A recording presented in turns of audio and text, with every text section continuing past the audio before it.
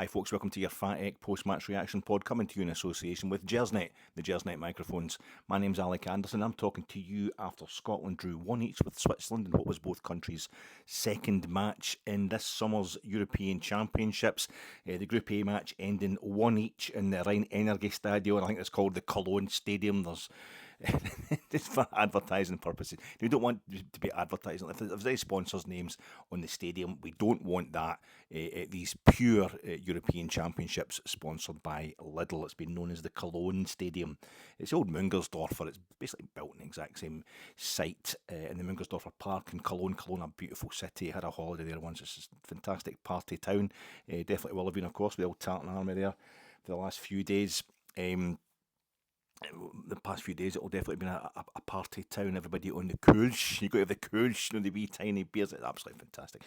We drew 1-1 in the old Mungersdorfer Stadium, completely rebuilt. The one thing that I noticed last night when the build up to the game was on the telly and the sun's shining, there's all the saltires there, and I'm thinking it's just like Villa Park in 1996. Villa Park 1996, the last place Scotland won a match in a major finals. That was Scotland's, I think, 34th game in major finals football last night. We've only won six. And one of them was against Switzerland. That was Germany beating us for the third time the other night in major finals football.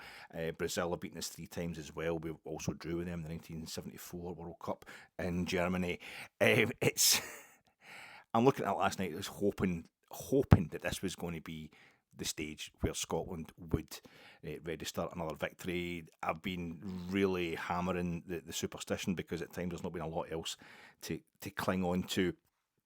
And in 1996, Super Ali, of course, scored that goal, scored the only goal of the game. We just had a really horrible result against the hosts of the tournament, not losing 2-0 to England, missing that penalty, the Gaza goal, where he's really rubbing it in our faces and all that. That was pretty horrible, that one. So we go into the following game. It's against the Swiss. We beat them 1-0. Fantastic. On you go. And John McGinn, who's Scotland's easily the top scorer in the current Scotland team, he's on, I think it's 18 goals. And Ali McCoist is on 19. He's scored 19 goals for Scotland, Super Ali, and he's 5th on the all-time list of Scotland's top scorers. So John McGinn, who plays at Villa Park, who's employed by Aston Villa currently, would just need one goal to equal Ali's record, and this would be the place to do it. I'm thinking that place, the Rhein-Energie Stadium, it looks, I've been to Villa Park a couple of times, once where the whole end was all standing, had to stand in the old whole end, going to see Aston Villa themselves back in the early 90s. Mythical bit of terrace and a beautiful ground, Villa Park back then. Been done up a bit since. I was also at the last ever Cup Winners' Cup final, 1999. It was staged at Villa Park. It was in the old Doug Ellis stand. And I think a lot of the stands at the Rhein-Energie, it's two identical stands either side of the park and behind either goal. I think maybe they look a bit like the Doug Ellis stand. Villa Park's essentially 4 different stands. So what it was all the saltires. It was the sunshine. It was Switzerland as the opponents. It was the hope, the sheer hope that Scotland were going to do this. We're going to pull this off. They draw 1-1, and the reaction on the night, I think certainly from Steve Clarke, the manager, arguably the most important person in all this when it comes to judging how Scotland are going to get on. He's doing the wee fist pump, which was duly noted by everybody on commentary and punditry at the final whistle. He was very happy with the draw. The players were certainly energised by it in their post-match reactions, particularly the manager, the captain, Andy Robertson. Fantastic, we're back. And I think Jane Lewis on BBC Scotland podcast I was listening to, she said to one of the players, or was it to the manager himself, you're back, Scotland are certainly back in these Euros, we've arrived back to, basically everybody was talking about this is us back, this is Scotland have arrived after that 5-1 doing in Munich on Friday night. This is us back, and if that's us back, I'm not putting it down on things. I'll go on to explain why, but we're terrible. If that's us back to our best, we are awful. We're a terrible football team. We're playing against a team last night who wanted a draw. Switzerland, a draw would put them, having won the first game against Hungary in this group, a draw would put them in 4 points, making it virtually comfortable that they're going to go through at least in third place. The third place that we're hoping to get. Maybe they get a draw with the Germans and they go through in second. That would be the idea for Scotland anyway. But yeah, the Swiss weren't really pushing it last night. As soon as he equalised, they were quite happy to play out the draw. They were almost giving us indications, we'll just take a draw from this, thanks. Scotland were unable to do any more than get a draw from a team who wanted a draw. And Steve Clarke, I think we see his substitutions not bringing on Shankland and is it Ryan Christie until injury time, and it only was like 4 minutes of injury time. Not bringing them on really until the last minute of normal time was kind of showing that he was almost he was wanting to preserve the draw more than anything else. They've lost the game last night, you're virtually out. I don't know if there's any way we could go through in 3 points. I don't even know if that is mathematically possible. You're out, basically, if we'd lost the game last night. We weren't going to go through by beating the Swiss last night, but we'd certainly go out if we didn't. So you can see where he's coming from, but I feel as if a lot of the reaction afterwards it's not OTT, and it's positive. There's nothing wrong with positivity. You need positivity. But it's this 4 points thing that I was alluding to in my previous my reaction pod to the 5-1 doing by Germany. I think this 4 points, I've heard it being spouted by Steve Clarke, by the captain Andy Robertson before we went into this tournament, and I'm starting to feel as if it's been seen as a target rather than the minimum required to go through. And I think if you go into a tournament ignoring the fact there's 9 points to play for, you end up getting a performance like you did on Friday night when we get absolutely hammered by the Germans. Now, a lot of that was to do with how good the Germans were on the night, how good Germany always are, really. When it comes to major tournaments, they've had a few bad ones recently, but they're always there or thereabouts. It's something they could definitely do, the Germans, is turn on a performance like that, albeit it was a record win for them in the Euros, I think. But I think that's always going to happen to me. If you go in there and Scotland don't play, don't turn up, don't arrive, because they've almost told themselves that they're not going to win that game. Through targeting the 4 points, we're thinking, well, where are we dropping the points? Obviously, we're losing to Germany. And there's no disgrace in losing to Germany, but there was the way we lost them the other night. That's the first time Scotland have lost by any more than 2 goals to Germany. We've only lost 2-0 to them once before. We've only lost by 2 goals to them once. That was Euro 92, and a game in North Shopping, which we pounded them. We absolutely hammered the Germans physically that day as well, but the other night was our worst ever performance against Germany. So, yeah, I feel as if this setting the low bar is pretty grim. It's going to have a negative effect on you, and to see us celebrating a draw last night, the way it wasn't out and out celebration, but the players are all cheesy grins at full time. The manager's fist pumping towards, I don't know who it was in the stand, Ian Maxwell, I don't know, but it was. I feel as if they were far too happy with a draw in a major tournament, especially this idea of going to get the 4 points, The 3 points to put on top of last night's points still remain to be won, and there's nothing indicating that we're particularly capable of doing that. So I'm just a bit uncomfortable with the kind of attitude, as I was after the 5-1 defeat, as I was coming into this tournament. To put it in perspective, or to explain more, what I heard a press conference or an interview with Andy Robertson just before the tournament, and he said that these players, his teammates, the one thing they knew going into this tournament, Scotland had never qualified for the second stages. Well, the worst they could do was doing as well as every other Scotland team that had qualified for a finals. Now, that's fine.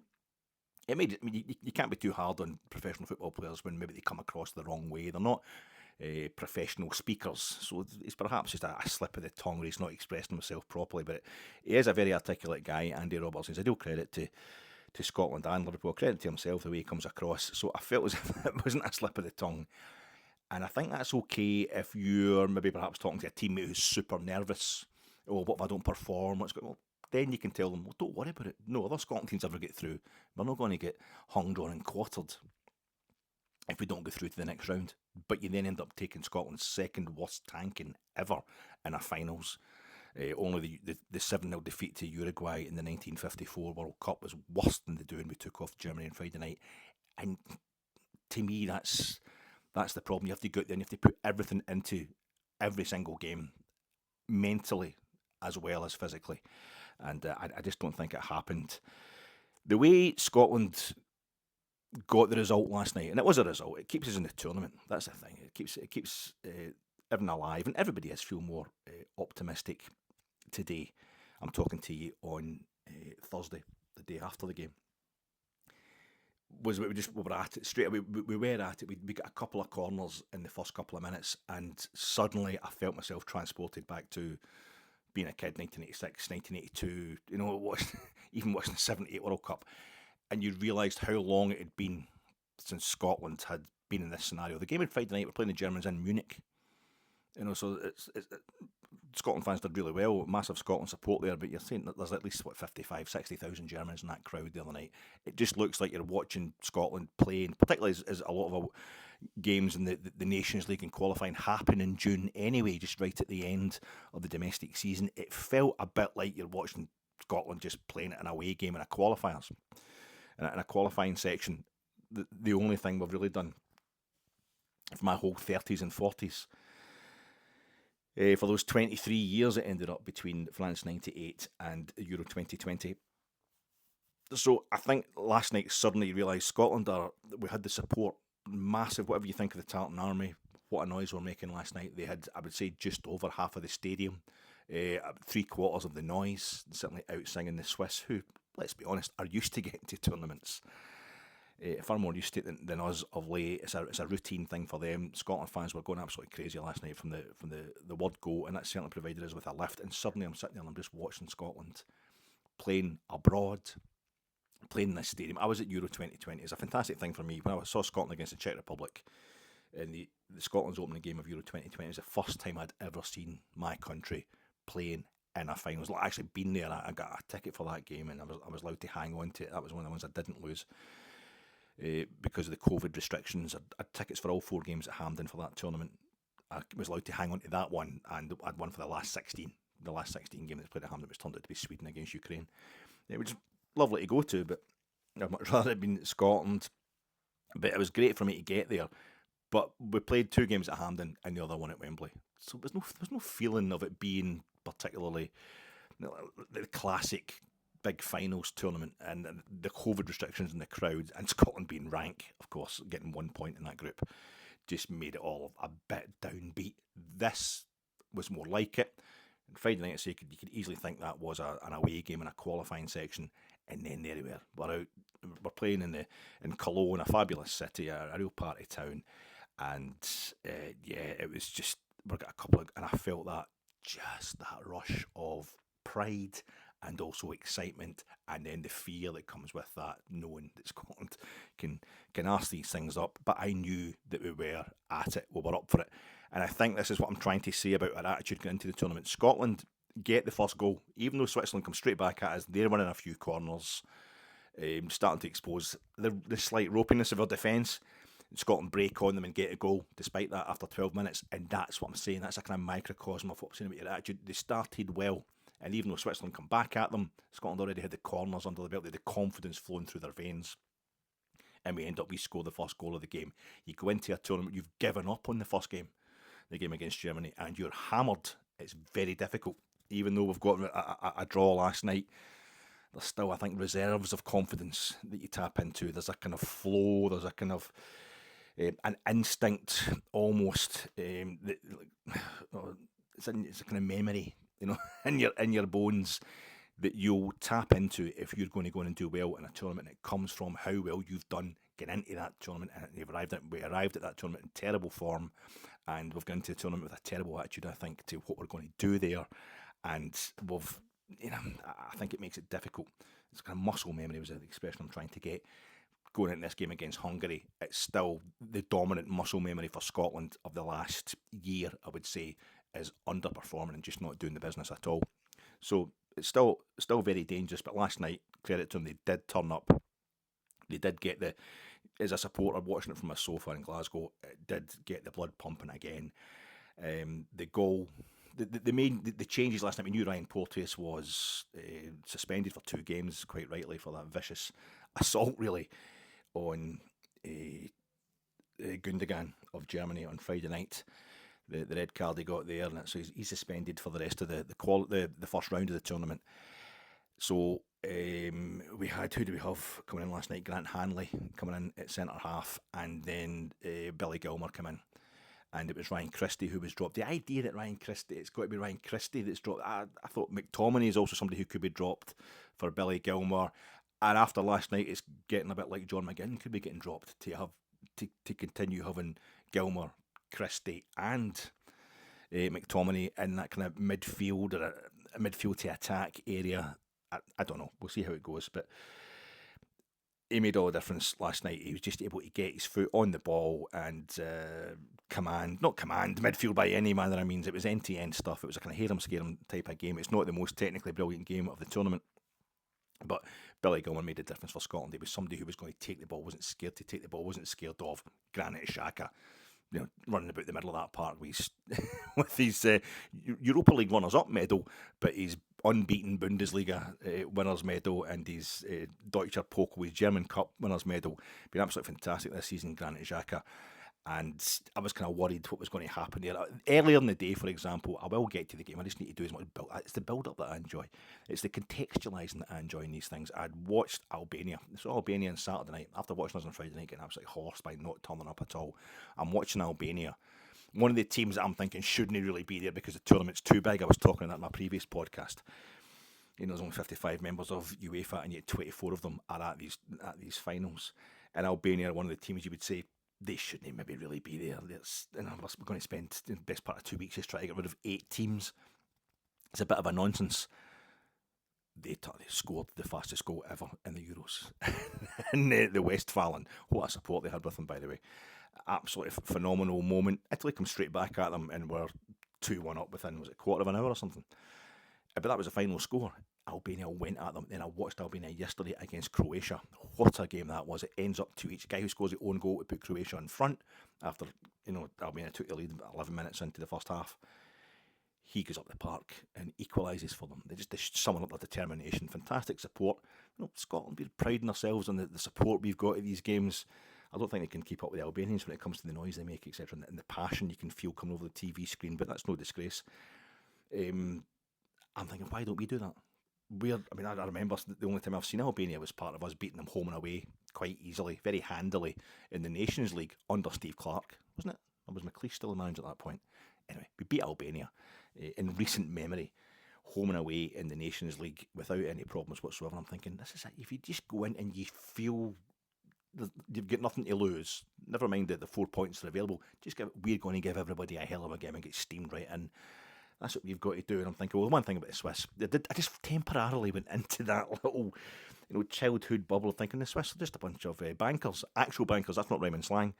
Neutral country. They never get to the semis or finals of big tournaments. They're just happy to get through. The quarterfinals is the best they'll ever manage. They don't really care, do they? Then you're thinking, Xherdan Shaqiri and Granit Xhaka doing the old eagle hand gesture when playing against Serbia for Switzerland. What was that? The 2018 World Cup, I think, in Russia.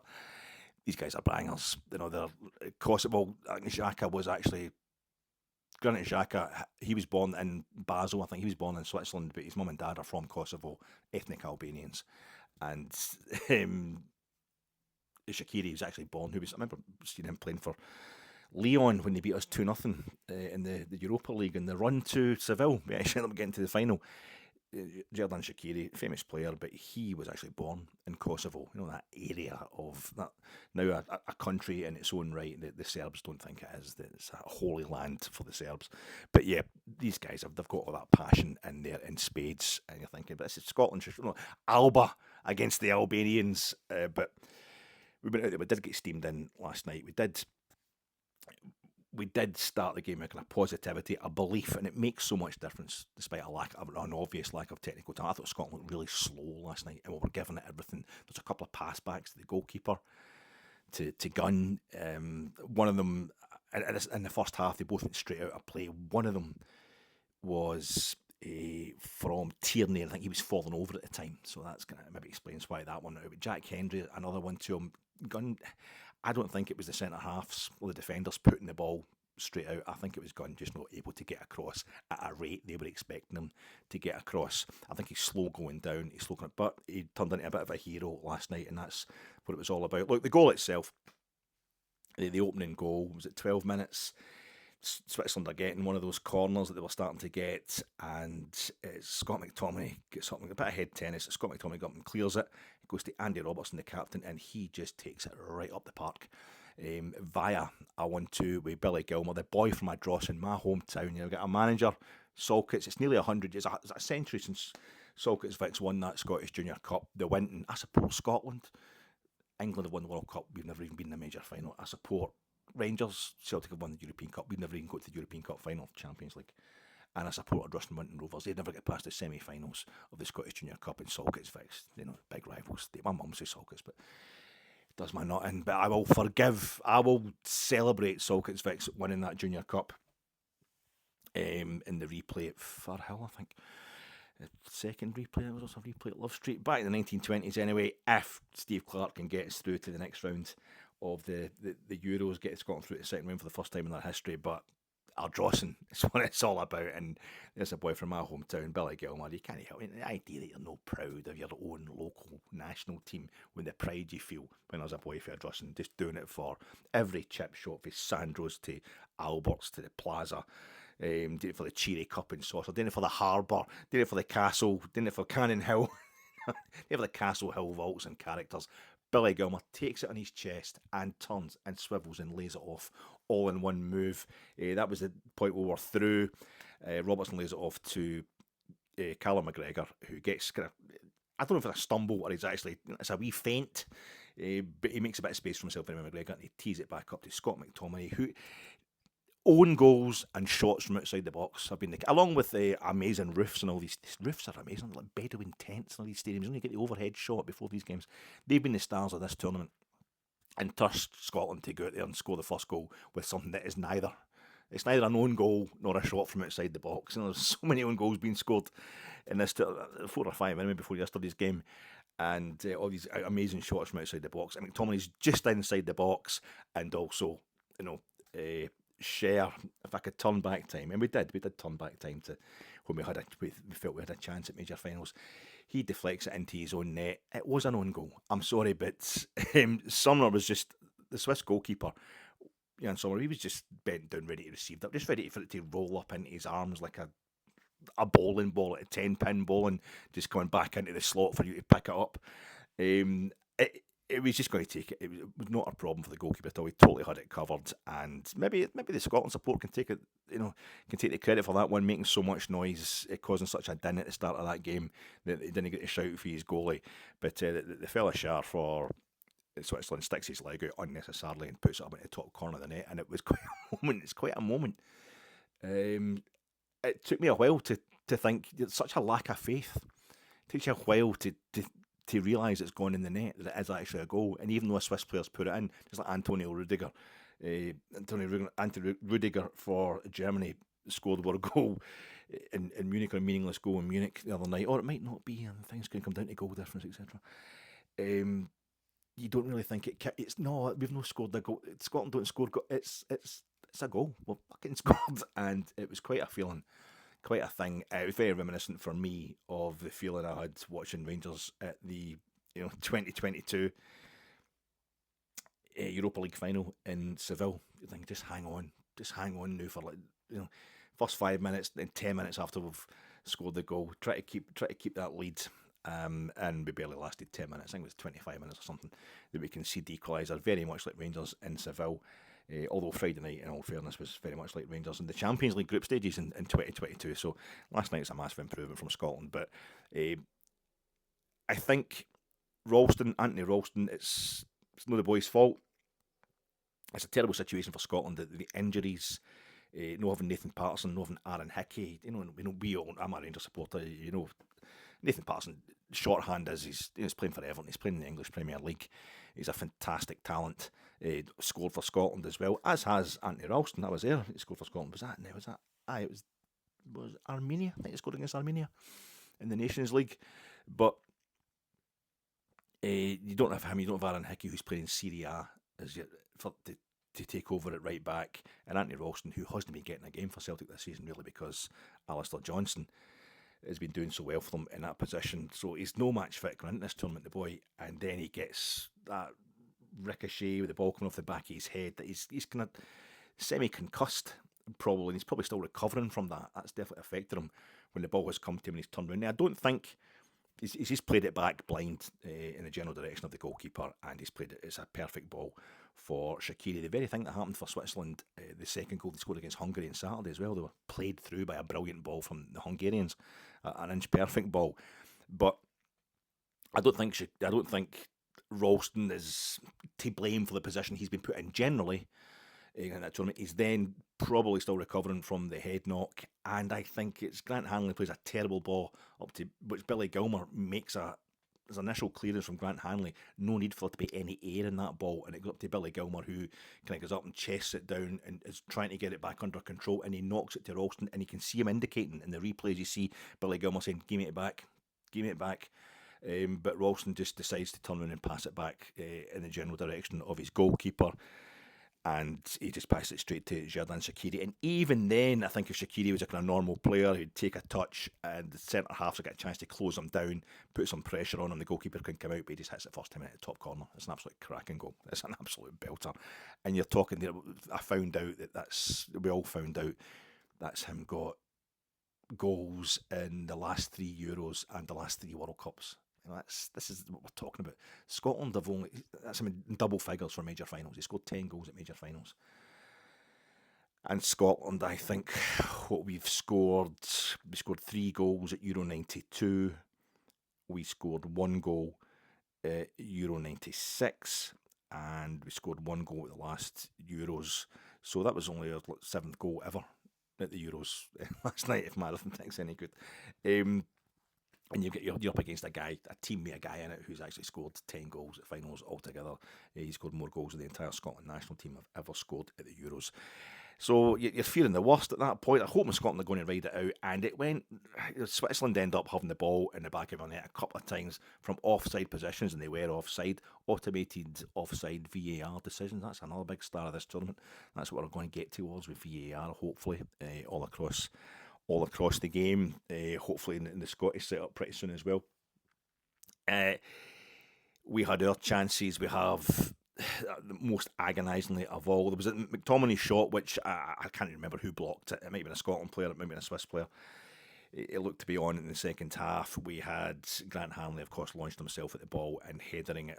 He did really well to get on the end of it at all. Grant Hanley, just unfortunately, comes back off the post, and then right at the end, just the last minute injury time, you see just an injury time, there was a beautiful shot. They do all this. There's still pervert directors outside broadcasting unit directors also be perverts when it comes to football. My whole life they're trying to find pretty blonde girls in the crowd to do close-ups of. They'll also do anybody wearing a wacky outfit, but last night it was just a wee brilliant bit. It was 2 wee boys, 2 wee Scotland supporters, and one of them had the same specs as me on.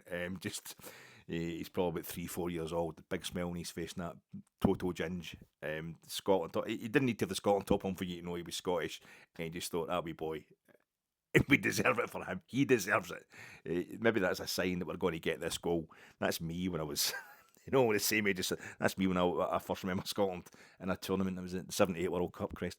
I thought he shouldn't have to grow up as brutally quickly as I did watching Scotland at Argentina in 78. Keep that smile on that boy's face, Scotland. And Andy Robertson found himself in space, hitting the byline. And I thought I thought this was the moment in injury time, but he could. I think it was Shea Adams launched himself at it. I'm not sure. He was off the park at that point. Somebody launched himself at it, but just was getting nowhere near it really.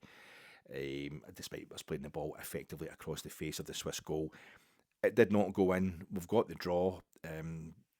We have to mention the fact that the Swiss missed an absolute sitter. That I think the player who had the header at the back post, this is in the second half again, he wasn't offside, but a couple of his teammates were, and they were square on goal. They were right in the middle of the kind of 6-yard box, so there's every chance it would have been called back anyway, but what a miss that was from them. And they had another chance as well, which it was a draw. A draw was a fair result, basically. That's what we're saying. The problem, I think, is Scotland were looking for a draw last night. We kind of celebrating it. Lose their attitude? I don't think so. To try and balance out how I started this pod, I think you have to look at, number one, the situation we're in. My entire 30s and 40s, I didn't see Scotland qualifying for a major tournament. I remember 1978 World Cup, I was 8, just turning 9 during that. That's the first tournament I remember. And that was us, that was part of us. We qualified for 74 as well. That was us qualifying for 5 straight World Cups. We also qualified, missed out USA 94, but we qualified for France 98. And then we were segued that with starting to get to, we got the Euros for the first time, Euro 92, then Euro 96. But that was it. that was it for 22 years, and of course the Euros, the last Euros got delayed by a year because of COVID, so it was 23 years without seeing Scotland at a major tournament. Things got bad. It got to the point we weren't even getting to playoffs. Initially, we lost the 2000 Euro 2000 playoff to England narrowly. They beat us 2-0 at home. We beat them, beat them at Wembley. Very unlucky with that one. No such thing as luck. Don't go against your own maxims. But we just weren't good enough. But it wasn't far away. But then it gets to the point we're getting pounded in playoffs by like the Dutch, and then we're not reaching playoffs at all. And things were really bad. Alec McLeish were getting beaten 3-0 in Kazakhstan when Ait comes back for a second time in charge, having beaten France and what have you. And a good campaign. The Euro 2008 campaign was good, as was Euro 2016 campaign under Strachan. We had good results in that qualifying campaign. It was losing to Georgia both times away from home. It was always a problem with these ones. But things were starting to get really dark, and you're starting to wonder if we're ever going to qualify for a tournament again. Steve Clarke can't help the quality of the players. That's not on him, the fact that we just don't have players coming through. But he's come in there, and I remember I was at his first game. Was it 2019, summer of 2019, almost exactly 5 years ago. We beat Cyprus with a late goal, and at Hampden in a qualifier, and I think we lost 3-0 away to Belgium, and we lost at home to Russia. This was a qualifying group for, when was it 2019? 2019 that Clarke took over. Aye, that's the qualifiers for Euro 2020, but we end up getting in through our Nations League form. That got us into playoffs. But we get hammered 3-0 away, Belgium, 4-0 at home by Belgium, and we get beat 4-0 in Moscow by the Russians. 2 4-0 defeats. And it's like, it's not his fault, it's not on him. This is the McLeish legacy, and just the legacy of so many bad years for Scotland and the lack of players that we're producing. But he stuck with his system, he eked out a system. He suddenly noticed that we're getting these Nations League wins, and COVID came in and kind of almost stopped them getting analysed by crowds. And he could just tell the players, no, we're going to stick to this system that I've developed here for the players he had available. We know this stupid thing where we've got Andy Robertson and Kieran Tierney on the left hand side. That's a big thing last night. Kieran Tierney pulls up injured in the second half, and that was massive. He's obviously out. Kieran Tierney was never going to last 3 games. He's never going to. He just got a terrible injury history. He's a quality player, and he was never going to last just a normal 3 games in a group stage at a finals, and it's kind of halfway through the second half of the second game that he goes. That's his tournament over. It was the hamstring that went. You could see that. So he's done for this tournament. Anyway, it's a shame for the fella, and it's a shame for Scotland because he's absolutely quality. But you saw that Steve Clarke managed to get this out of this kind of rhythm, basic rhythm. We're eking stuff out against the Slovaks and the Czech Republic and the Nations League that nobody was really pressuring us about. And the results suddenly started to build up, and then next thing you know, we're using the Nations League form. We're playing Israel at Hampden. There's nobody there, and we beat them in penalties. But then we're going to Serbia and we're playing that. I'm watching the Serbs this afternoon playing this tournament. Mitrovic, etc. Decent team, equalising deep in injury time. And then we beat them in penalties in an empty Red Star Belgrade Stadium. And if you've seen me doing stuff in Jersey and what have you, I'm sorry to repeat this again. It's my favourite kind of analogy. It's like Andy Murray. If we're going to talk about Scotland, at least it's applicable this time. Andy Murray, when he was losing finals, he was losing US Open finals, and he's lost the Wimbledon singles final. But then straight after he lost that initial Wimbledon singles final to Federer, the Olympics just happened to be in Britain that summer, and there was an Olympics tennis tournament, fewer sets in the games. There's Union Jack bunting and Olympic bunting all around Wimbledon, but it's played at Wimbledon. It's played at the All England Club, and he gets to go out in centre court and beat Federer and whatever and win that. And it was like, it was an instant comeback, and it wasn't a major, it wasn't a Grand Slam kind of thing. I don't know if the Olympics has become a Grand Slam thing, or the tennis players certainly seem to want to play in it now and get that Olympics medal. But he just given himself that kind of boost through not what you would imagine if you were a tennis fan, or imagine how Andy Murray was going to have to win a tournament. It was kind of not an out the blue thing, but it's a kind of left of centre thing, and I think that's how Steve Clarke, and the next thing he wins the US Open, and the moral of that story is he wins the US Open and he wins Wimbledon. Andy Murray, I think Steve Clarke used that kind of scenario, and also his tactical acuity and his man management, and he got Scotland to a finals. He got Scotland to a finals, the last European Championships, and that was absolutely tremendous. So that was all following on from 2 4-0 defeats, and we've lost by 4 goals on Friday. We've lost by 4 goals on Friday, and I've not noticed the fact that that's the first time that I get mentioned. Another stat that get mentioned last night. It's the first time Scotland have avoided defeat in a European Championship finals match in which the opposition have scored. We've kept clean sheets before in the Euros. The last Euros we drew 0-0 at Wembley. We beat Switzerland 1-0 Euro 96, and we drew 0-0 with the Dutch at Villa Park in that tournament as well, and we beat the CIS 3-0 in our first ever European Championships in 1992.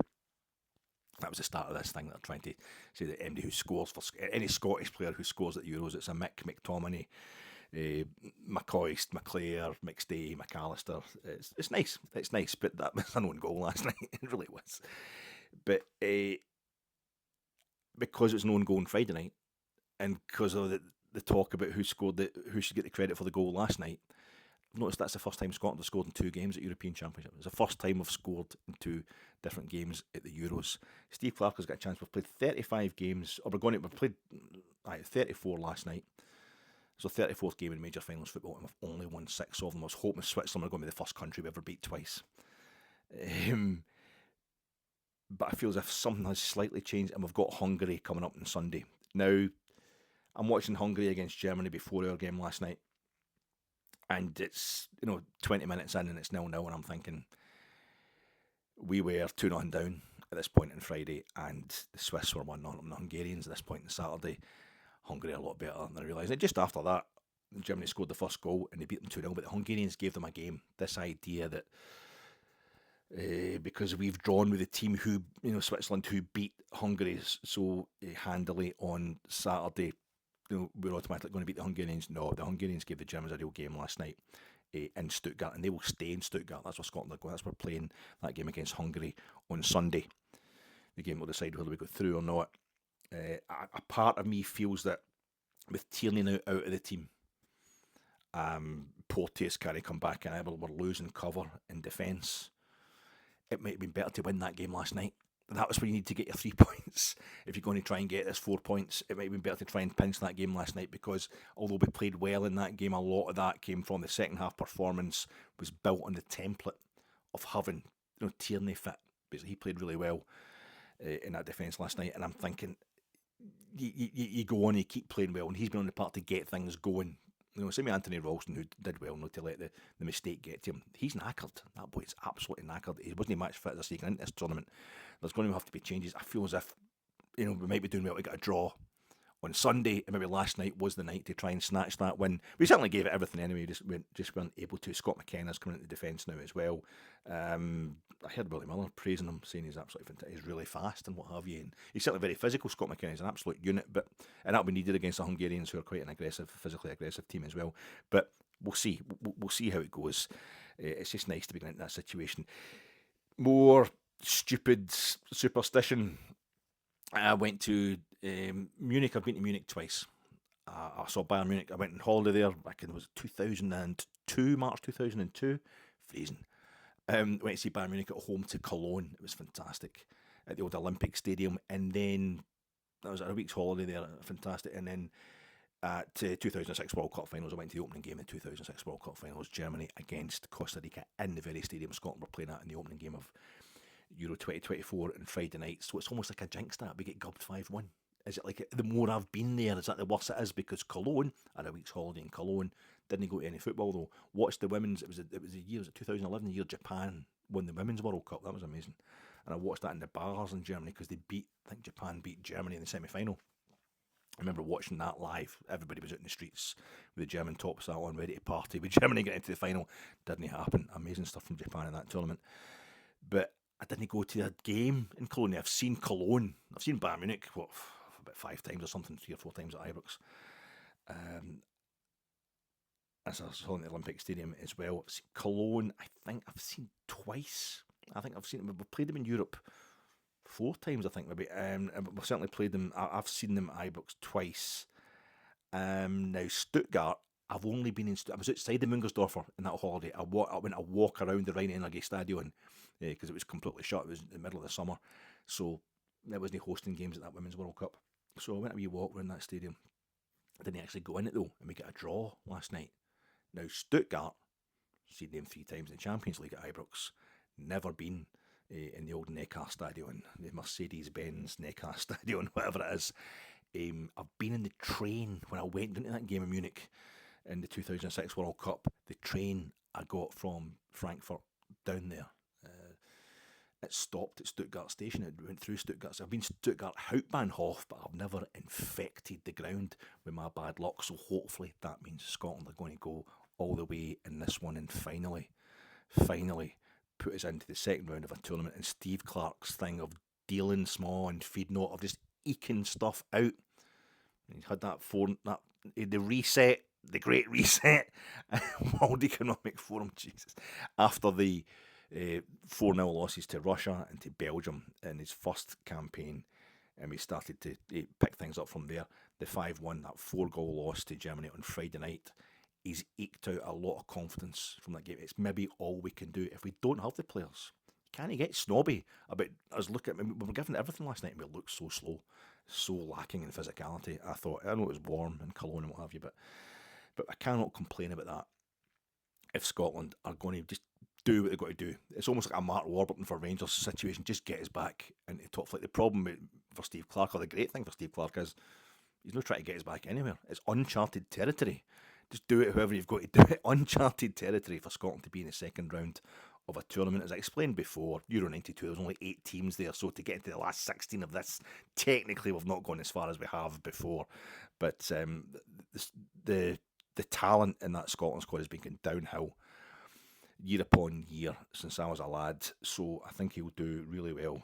He's just going to do it for the sake of doing it and give the country a lift that might then lead to us producing the kind of players. It gets the kids going, it gets people psyched up about football in this country. I saw a few more saltires and lion rampants out and about in Glasgow today, and we need this because nothing succeeds like success, and it would unify.